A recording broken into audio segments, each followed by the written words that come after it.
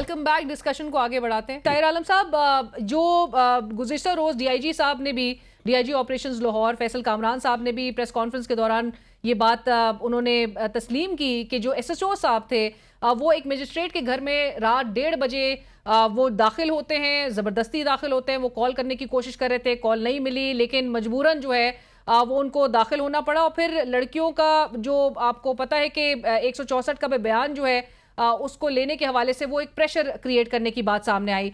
सो उसके नतीजे में डीआईजी साहब ने ये बात मेंशन की कि जो ऑफिसर्स थे उनको सस्पेंड कर दिया गया है।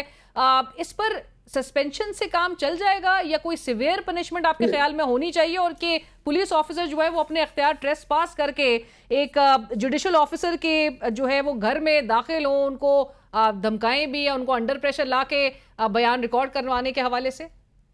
मेरे ख्याल के मुताबिक उसे ये जो उसको सस्पेंड किया गया, बल्कि उसके साथ मुकदमा भी दर्ज किया गया है।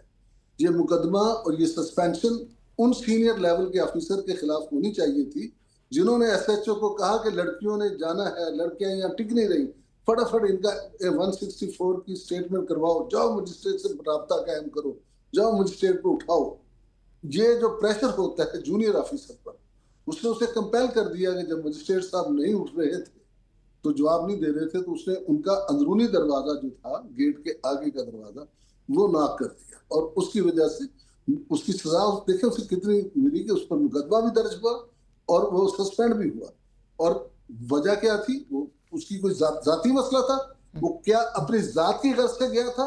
मसला यह था कि उन लड़कियों को फौरी तौर पर उनके मुल्क में वापस भेजना था, और पुलिस चाह रही थी कि अपने मुल्क में जाने से पहले सबूत कलेक्ट हो जाए, ये 164 की स्टेटमेंट देकर जाए।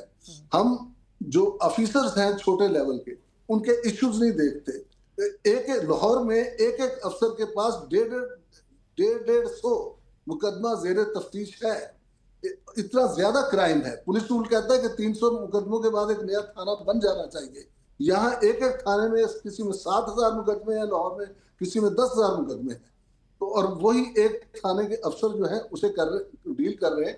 और फिर जब कोई लॉ ऑर्डर की सिचुएशन पैदा होती है, कोई मॉब आ जाता है, तो मॉब हैंडलिंग में सारे लग जाते हैं। प्रायोरिटी उस वक्त सब खत्म हो जाती है। प्रायोरिटी क्या है कि कोई ऐसी आवाज ना उठे, कोई हुकूमत के खिलाफ आवाज ना उठे।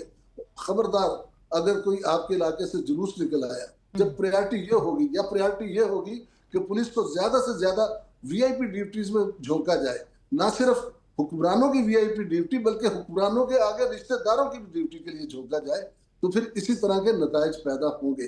दाऊद साहब बड़े माशाल्लाह मजे में वकील हैं, इनकी मैं बात से एग्री करता हूं कि पुलिस मुकाबले जो है ये क्राइम को कंट्रोल करने का कोई हल नहीं है। हमें सिस्टम को बेहतर बनाना होगा। हमें पुलिस की का इन्वेस्टिगेशन का मेयार भी ठीक करना होगा, पुलिस की ट्रेनिंग भी ठीक करनी होगी, प्रोसिक्यूशन को भी ठीक करना होगा, और इसके साथ साथ हमें अदालतों को भी ठीक करना होगा। मैं अभी इस्लामाबाद में, अगर पुलिस के पास, पूरी पुलिस के पास इस्लामाबाद की 2000 मुकदमे अंडर इन्वेस्टिगेशन है, तो मैं यकीन से कह सकता हूं कि अदालतों में 15,000 मुकदमे जो हैं वो जेर समात होंगे। अदालतें जो हैं वो उस तरीके से काम नहीं कर पा रही। उसकी एक वजह यह भी हो सकती है कि अदालतें जो है उनके पर बर्डन बहुत है, लेकिन अगर पुलिस वाले 24 घंटे काम कर सकते हैं, रातों को काम कर सकते हैं, तो अदालतें क्यों नहीं दिन रात काम करके मुकदमों को निपटाती? अदालतें क्यों डेट पर डेट देती हैं?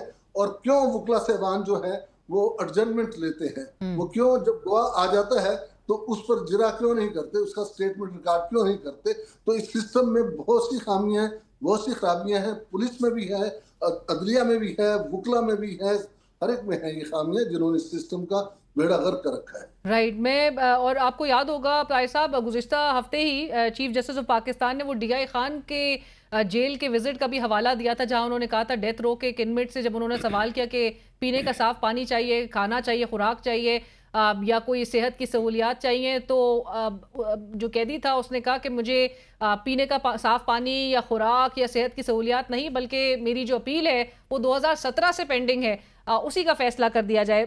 जमान साहब, ये करंट ट्रेंड्स अगर जिस किस्म के हमें शरह नज़र आ रही है, ये अगर कंटिन्यू करते हैं तो जो पब्लिक सेफ्टी है, जो रूल ऑफ लॉ है, उसके लिए आपको इम्प्लीकेशंस क्या नजर आ रहे हैं? मैं यही सवाल अपने एक्सपर्ट्स के लिए भी लेके जाऊंगी कि उससे फिर आगे होता हुआ क्या नजर आ रहा है, क्योंकि मीडिया भी बहुत टाइम एंड अगेन जो है वो आवाज उठाते हैं। हमारे सहाफ़ी जो कोलीग्स हैं उन्होंने भी कुछ पुलिस की जानिब से ट्रीटमेंट इस किस्म के, आपको मतीउल्लाह जान साहब के केस का भी हवाला मैं देना चाहूंगी, इस किस्म के जब सरफेस करते हैं तो इससे एक बहुत ही ट्रस्ट डेफिसिट जो है वो मजीद जोर पकड़ता है। सो उसको दूर करने के लिए क्या करने की जरूरत है? इसमें कोई शक नहीं है कि अगर हम मजमूई तौर पर देखते हैं तो वो एक अलग सिनेरियो, अगर स्पेशली इस्लामाबाद पुलिस को देखते हैं तो उसमें इस्लामाबाद पुलिस ये दावा तो करती है कि हम बड़ी मेहनत कर रहे हैं, उसमें वो बाकायदा तौर पर सेफ सिटी का हवाला देते हैं, अपनी टीमों का हवाला देते हैं और जितने उनके विंग्स बने हुए हैं उनका हवाला देते हैं। लेकिन जब हम इस्लामाबाद के शहरियों की सूरत हाल को देखते हैं तो इस्लामाबाद के शहरी अदम तहफ़्फ़ुज़ का शिकार नज़र आते हैं। और इस्लामाबाद के शहरी जो है वो शिकायत भी करते हैं कि हमारे जो हमारे एरियाज़ हैं वहाँ पे प्रॉपर जो है गश्त नहीं है, सर्विलेंस नहीं है। और फिर जो थानों का एक माहौल बना हुआ है उसमें आप देखें तो जो आम पब्लिक है वो खौफ खाती है कि मैं थाने में जाऊंगा तो पता नहीं हमारे साथ क्या होगा। और हमारे कोई भी आईजी आते हैं तो वो ये भी दावा करते हैं कि हम फ्रेंडली पुलिसिंग करेंगे और पब्लिक के साथ हम जो है फ्रेंडली चलेंगे, लेकिन प्रैक्टिकली ऐसा नहीं होता। और यहाँ तक कि अब तो मीडिया के बेचारों की भी ये सिचुएशन बन गई है कि मीडिया आवाज़ उठाता रहता है लेकिन उनकी सुनवाई कोई नहीं होती है। मतीउल्लाह जान का आपने हवाला दिया, बाकी बहुत सारे ऐसे केसेस हैं कि जिनमें बहुत सारी आवाज़ें तो उठती हैं लेकिन सुनवाई कोई नहीं होती है। और जो मैंने आपको गुज़श्ता 1.5 साल का हवाला दिया, अगर इस्लामाबाद पुलिस के अफसर या जुर्रत का मुजाहरा करें तो डाटा ओपन करें, हर रोज़ कितनी वारदातें होती है डाटा ओपन करें, उससे उनकी बेहतरी होगी। जब आप डाटा ओपन नहीं करते, आप उसको मख्फी रखते हैं तो बाज़ औक़ात मैं हूं, कोई XYZ है, वो कोई गलत रिपोर्टिंग भी कर सकता है।